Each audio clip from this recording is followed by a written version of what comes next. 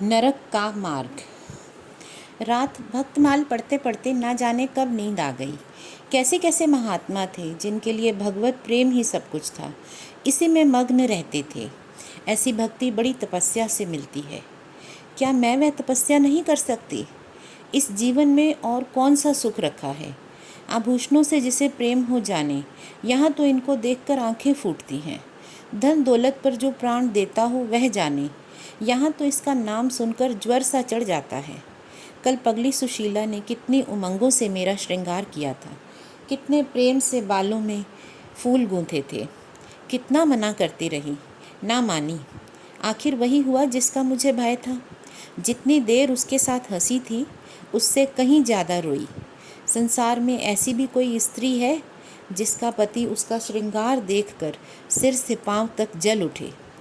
कौन ऐसी स्त्री है जो अपने पति के मुंह से ये शब्द सुने, तुम मेरा परलोक बिगाड़ोगी, और कुछ नहीं तुम्हारे रंग ढंग कहे देते हैं, और मनुष्य उसका दिल विष खा लेने को कहे। भगवान, संसार में ऐसे भी मनुष्य हैं। आखिर मैं नीचे चली गई और भक्तिमाल पढ़ने लगी। अब वृंदावन बिहारी ही की सेवा करूंगी, उन्हीं को अपना श्रृंगार दिखाऊंगी। वह तो देखकर ना जलेंगे, वह तो हमारे मन का हाल जानते हैं। भगवान, मैं अपने मन को कैसे समझाऊं? तुम अंतर्यामी हो, तुम मेरे रोम रोम का हाल जानते हो। मैं चाहती हूँ कि इन्हें अपना इष्ट समझूं, उनके चरणों की सेवा करूं, उनके इशारे पर चलूं। उन्हें मेरी किसी बात से, किसी व्यवहार से नाम मात्र भी दुख ना हो। वह निर्दोष हैं। जो कुछ मेरे भाग्य में था वह हुआ। ना उनका दोष है, ना माता पिता का। सारा दोष मेरे नसीबों का ही है। लेकिन यह सब जानते हुए भी जब उन्हें आते देखती हूँ तो मेरा दिल बैठ जाता है। मुंह पर मुर्दनी सी छा जाती है, सिर भारी हो जाता है। जी चाहता है इनकी सूरत ना देखूं। बात तक करने का भी जी नहीं चाहता। कदाचित शत्रु को देखकर भी किसी का मन इतना क्लांत नहीं होता होगा। उनके आने के समय दिल में धड़कन सी होने लगती है। 2-1 दिन के लिए कहीं चले जाते हैं तो दिल पर से बोझ उठ जाता है। हंसती भी हूँ, बोलती भी हूँ, जीवन में आनंद आने लगता है। लेकिन उनके आने का समाचार पाते ही फिर चारों ओर अंधकार। चित्त की ऐसी दशा क्यों है, यह मैं नहीं कह सकती। मुझे तो ऐसा जान पड़ता है कि पूर्व जन्म में हम दोनों में बैर था। उसी बैर का बदला लेने के लिए उन्होंने मुझसे विवाह किया है। वही पुराने संस्कार हमारे मन में बने हुए हैं।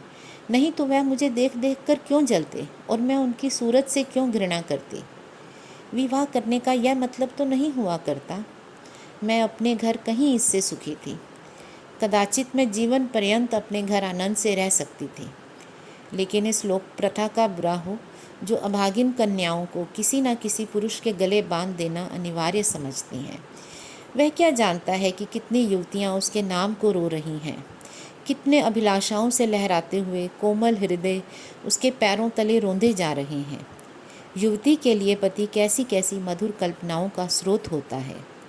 पुरुषों में जो उत्तम है, श्रेष्ठ है, दर्शनीय है, उसकी सजीव मूर्ति इस शब्द के ध्यान में आते ही उसकी नज़रों के सामने आकर खड़ी हो जाती है। लेकिन मेरे लिए यह शब्द क्या है? हृदय में उठने वाला शूल, कलेजे में खटकने वाला कांटा, आँखों में गड़ने वाली किरकिरी, अंतःकरण को बेधने वाला व्यंग्य बाण। सुशीला को हमेशा हंसते देखती हूँ। वह कभी अपनी दरिद्रता का गिला नहीं करती। गहने नहीं हैं, कपड़े नहीं हैं, भाड़े के नन्हे से मकान में रहती है। अपने हाथों घर का सारा कामकाज करती है, फिर भी उसे रोते नहीं देखती। अगर अपने बस की बात होती तो आज अपने धन को उसकी दरिद्रता से बदल लेती। अपने पति को मुस्कुराते हुए घर में आते देखकर उसका सारा दुख दारिद्र्य छूमंतर हो जाता है, छाती गज भर की हो जाती है। उसके प्रेम लिंगन में वह सुख है जिस पर तीनों लोक का धन न्योछावर कर दूं। आज मुझसे जब ना हो सका, मैंने पूछा, तुमने मुझसे किस लिए विवाह किया था? यह प्रश्न महीनों से मेरे मन में उठता था, पर मन को रोकती चली आई थी। आज प्याला छलक पड़ा। यह प्रश्न सुनकर कुछ बौखला से गए। बगले झांकने लगे, खीसे निकालकर बोले, घर संभालने के लिए गृहस्थी का भार उठाने के लिए, और नहीं क्या भोग विलास करने के लिए। घरनी के बिना ये आपको भूत का डेरा सा मालूम होता है। नौकर चाकर घर की संपत्ति उड़ाए देते हैं। जो चीज़ जहाँ पड़ी रहती है कोई उसको देखने वाला न था। तो अब मालूम हुआ मैं इस घर की चौकसी के लिए लाई गई हूँ। मुझे इस घर की रक्षा करनी चाहिए और अपने को धन्य समझना चाहिए कि यह सारी संपत्ति मेरी है। मुख्य वस्तु संपत्ति है, मैं तो केवल चौकीदारिन हूँ। ऐसे घर में आज ही आग लग जाए। अब तक तो मैं अनजान में घर की चौकसी करती थी। जितना वे चाहते थे उतना ना सही पर अपनी बुद्धि के अनुसार अवश्य करती थी। आज से किसी भी चीज़ को भूल कर भी छूने की कसम खाती हूँ। यह मैं जानती हूँ कोई पुरुष घर की चौकसी के लिए विवाह नहीं करता, और महाशय ने चिढ़कर मुझसे ये बात कही है।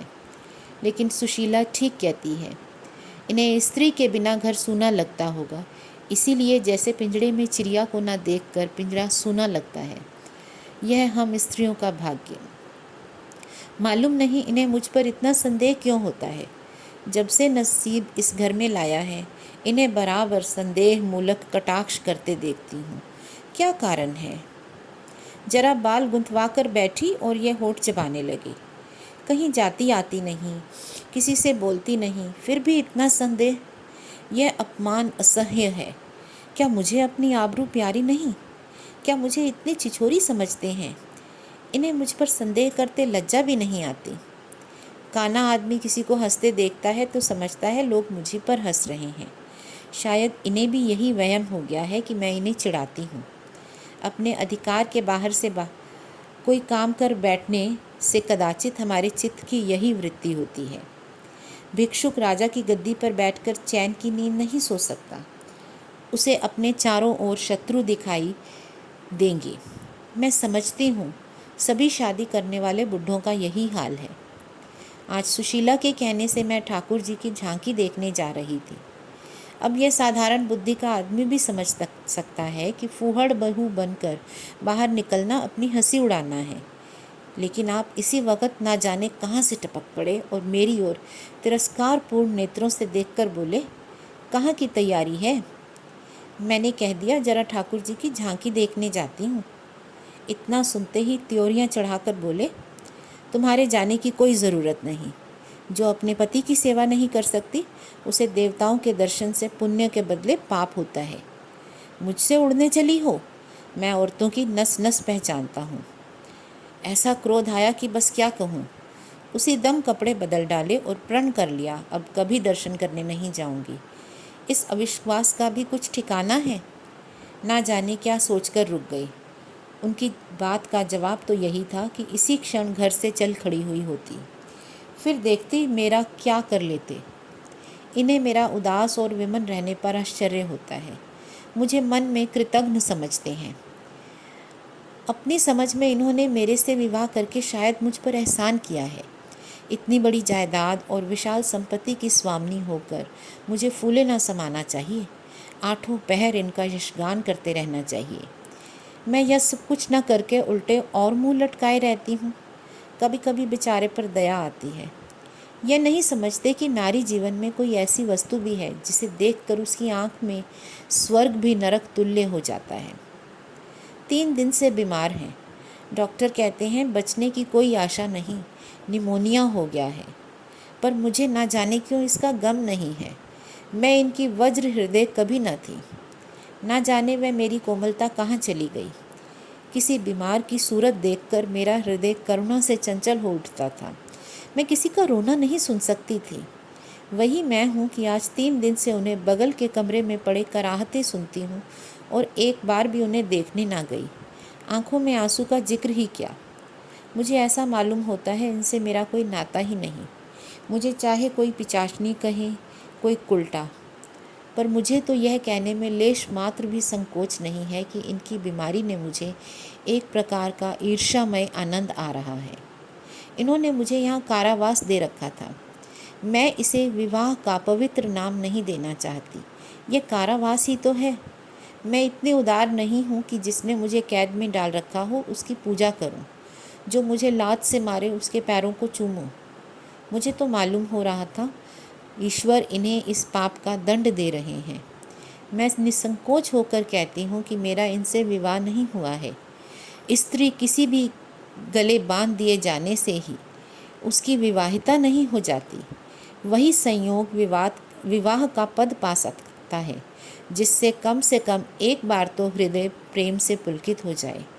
सुनती हूँ महाशय अपने कमरे में पड़े पड़े मुझे कोसा करते हैं, अपनी बीमारी का सारा बुखार मुझ पर निकालते हैं, लेकिन यहाँ इसकी परवाह नहीं। जिसका जी चाहे जायदाद ले, धन ले, मुझे इसकी ज़रूरत नहीं। आज 3 दिन हुए मैं विधवा हो गई। कम से कम लोग यही कहते हैं, जिसका जो जी चाहे कहे, पर मैं अपने को जो कुछ समझती हूँ वह समझती हूँ। मैंने चूड़ियाँ नहीं तोड़ी। क्यों तोड़ूँ मैं चूड़ियाँ? मांग में सिंदूर पहले भी नहीं डालती थी, अब भी नहीं डालती। बूढ़े बाबा का क्रियाक्रम उनके सुपुत्र ने किया, मैं पास ना फटकी। घर में मुझ पर मनचाही आलोचनाएं होती हैं। कोई मेरे गुथे हुए बालों को देखकर नाक सिकोड़ता है, कोई मेरे आभूषणों पर आंख मटकाता है। यहाँ इसकी चिंता नहीं। उन्हें चिढ़ाने को मैं भी रंग बिरंगी साड़ियाँ पहनती हूँ और भी बनती संवरती हूँ। मुझे जरा भी दुख नहीं है। मैं तो कैद से छूट गई। इधर कई दिन सुशीला के घर गई। छोटा सा मकान है, कोई सजावट न सामान, 4 पाइयाँ तक नहीं, पर सुशीला कितने आनंद से रहती है। उसका उल्लास देखकर मेरे मन में भी भांति भांति की कल्पनाएं उठने लगती हैं। उन्हें कुत्सित क्यों कहूँ, जब मेरा मन उन्हें कुत्सित नहीं समझता। इनके जीवन में कितना उत्साह है। आंखें मुस्कुराती रहती हैं, ओंठों पर मधुर हास्य खेलता रहता है, बातों में प्रेम का स्रोत बहता हुआ जान पड़ता है। इस आनंद से चाहे वह कितना ही क्षणिक हो, जीवन सफल हो जाता है। फिर उसे भूल नहीं सकता। उसी स्मृति अंत तक के लिए काफ़ी हो जाती है। इस मिज़राब की चोट हृदय के तारों को अंतकाल तक मधुर स्वर में कंपित रख सकती है। एक दिन सुशीला से मैंने कहा, अगर तेरे पतिदेव कहीं परदेश चले जाएं तो रोते रोते मर जाएगी। सुशीला गंभीर भाव से बोली, नहीं बहन, मरूंगी नहीं। उनकी याद सदैव प्रफुल्लित करती रहेगी, चाहे उन्हें विदेश में बरसों लग जाएं। मैं यही प्रेम चाहती हूँ। इसी चोट के लिए मेरा दिल तड़पता रहता है। मैं भी ऐसी ही स्मृति चाहती हूँ जिससे दिल के तार सदैव बजते रहें, जिसका नशा नित्य छाया रहे। रात रोते रोते हिचकियाँ बंध गईं। न जाने क्यों दिल भर आता था। अपना जीवन सामने एक बीहड़ मैदान की तरह फैला हुआ मालूम होता था, जहाँ बगुलों के सिवा हरियाली का नाम नहीं। घर फाड़े खाता था। चित्त ऐसा चंचल हो रहा था कि कहीं उड़ जाऊं। आजकल भक्ति के ग्रंथों की ओर ताकने का जी ही नहीं करता। कहीं सैर करने जाने का भी इच्छा नहीं होती। क्या चाहती हूँ यह मैं स्वयं भी नहीं जानती, लेकिन मैं जो जानती हूँ वह मेरा एक एक रोम रोम जानता है। मैं अपनी भावनाओं को संजीव मूर्ति हूँ। मेरा एक एक अंग मेरी आंतरिक वेदना का आर्तनाद हो रहा है। मेरे चित्त की चंचलता उस अंतिम दिशा को पहुँच गई है जब मनुष्य को निंदा की न लज्जा रहती है और न भय। जिन लोभी स्वार्थी माता पिता ने मुझे कुएं में ढकेला, उस पाषाण हृदय प्राणी ने मेरी मांग में सिंदूर डालने का स्वांग किया, उनके प्रति मेरे मन में बार बार दुष्कामनाएं उठती हैं। मैं उन्हें लज्जित करना चाहती हूँ। मैं अपने मुंह पर कालिख लगाकर उनके मुख में कालिख लगाना चाहती हूँ। मैं अपने प्राण देकर उन्हें प्राण दंड दिलाना चाहती हूँ। मेरा नारित्व लुप्त हो गया है। मेरे हृदय में प्रचंड ज्वाला उठी हुई है। घर के सारे आदमी सो रहे थे। मैं चुपके से नीचे उतरी, द्वार खोला और घर से निकली। जैसे कोई प्राणी गर्मी से व्याकुल होकर घर से निकले और किसी खुली जगह की ओर दौड़े। उस मकान में मेरा दम घुट रहा था। सड़क पर सन्नाटा था। दुकानें बंद हो चुकी थी। सहसा एक बुढ़िया आती हुई दिखाई दी। मैं डरी, कहीं ये चुड़ैल ना हो।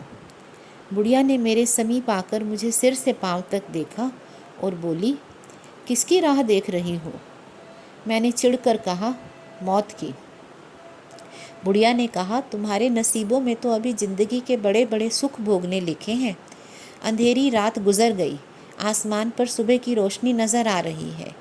मैंने हंसकर कहा, अंधेरे में भी तुम्हारी आंखें इतनी तेज हैं कि नसीबों की लिखावट पढ़ लेती हो। बुढ़िया बोली, आंखों से नहीं पढ़ती बेटी, अक्ल से पढ़ती हूँ। धूप में जूड़े सफ़ेद नहीं किए हैं। तुम्हारे दिन गए और अच्छे दिन आ रहे हैं। हंसो मत बेटी, यही काम करते सारी उम्र गुजर गई। इस बुढ़िया की बदौलत जो नदी में कूदने जा रही थी, वे आज फूलों की सेजों पर सो रही हैं। जो जहर का प्याला पीने को तैयार थीं, वे आज दूध की कुल्लियाँ कर रही हैं। इसलिए इतनी रात गए निकलती हूँ कि अपने हाथों किसी अभागिन का उद्धार हो सके तो करूँ। किसी से कुछ नहीं मांगती। भगवान का दिया सब कुछ घर में है। केवल यही इच्छा है उन्हें धन, जिन्हें संतान की इच्छा है उन्हें संतान। बस और क्या कहूँ। वह मंत्र बता देती हूँ जिसकी जो इच्छा वह पूरी हो जाए। मैंने कहा, मुझे ना धन चाहिए ना संतान। मेरी मनोकामना तुम्हारे बस की बात नहीं है। बुढ़िया हंसी। बेटी, जो तुम चाहती हो वह मैं जानती हूँ। तुम वह चीज़ चाहती हो जो संसार में होते हुए स्वर्ग की है, जो देवताओं के वरदान से भी ज़्यादा आनंदप्रद है, जो आकाश कुसुम है, गुलर का फूल है और अमावस का चांद है। मेरे मंत्र में वह शक्ति है जो भाग्य को भी संवार सकती है। तुम प्रेम की प्यासी हो। मैं तुम्हें उस नाव पर बैठा सकती हूँ जो प्रेम के सागर में, प्रेम की तरंगों पर क्रीड़ा करती हुई तुम्हें पार उतार दे। मैंने उत्कंठित होकर पूछा, माता तुम्हारा घर कहाँ है? बुढ़िया बोली, बहुत नज़दीक है बेटी। तुम चलो तो मैं अपनी आँखों पर बैठा कर ले चलूँ। मुझे ऐसा मालूम हुआ यह कोई आकाश की देवी है। उसके पीछे पीछे चल पड़ी। आह, वह बुढ़िया जिसे मैं आकाश की देवी समझती थी, नरक की डायन निकली। मेरा सर्वनाश हो गया। मैं अमृत खोजती थी, विष मिला। निर्मल स्वच्छ प्रेम की प्यासी थी, गंदे विषाक्त नाले में गिर पड़ी। वह वस्तु ना मिलनी थी ना मिली। मैं सुशीला का सा सुख चाहती थी, कुलटाओं की विषय वासना नहीं। लेकिन जीवन पथ में एक बार उल्टी राह चलकर फिर सीधे मार्ग पर आना कठिन है। लेकिन मेरे अर्थ पतन का अपराध मेरे सिर पर नहीं, मेरे माता पिता और उस बूढ़े पर है जो मेरा स्वामी बनना चाहता था। मैं ये पंक्तियाँ ना लिखती, लेकिन इस विचार से लिख रही हूँ कि मेरी आत्मकथा पढ़कर लोगों की आंखें खुली। मैं फिर कहती हूँ कि अब भी अपनी बालिकाओं के लिए मत देखो धन, मत देखो जायदाद, मत देखो कुलीनता, केवल वर देखो। अगर उसके लिए जोड़ा का वर नहीं पा सकते तो लड़की को कुंवारी रख छोड़ो, जहर देकर मार डालो, गला घोंट डालो, पर किसी बूढ़े खूसट से मत ब्याहो। स्त्री सब कुछ सह सकती है, दारुण से दारुण दुख, बड़े से बड़ा संकट। अगर नहीं सह सकती तो अपने यौवन कल की उमंगों को कुलचा जाना। रही मैं, मेरे लिए अब इस जीवन में कोई आशा नहीं। इस अधम दशा को भी उस दशा से ना बदलूंगी जहाँ से निकल कर आई हूँ। Thank you.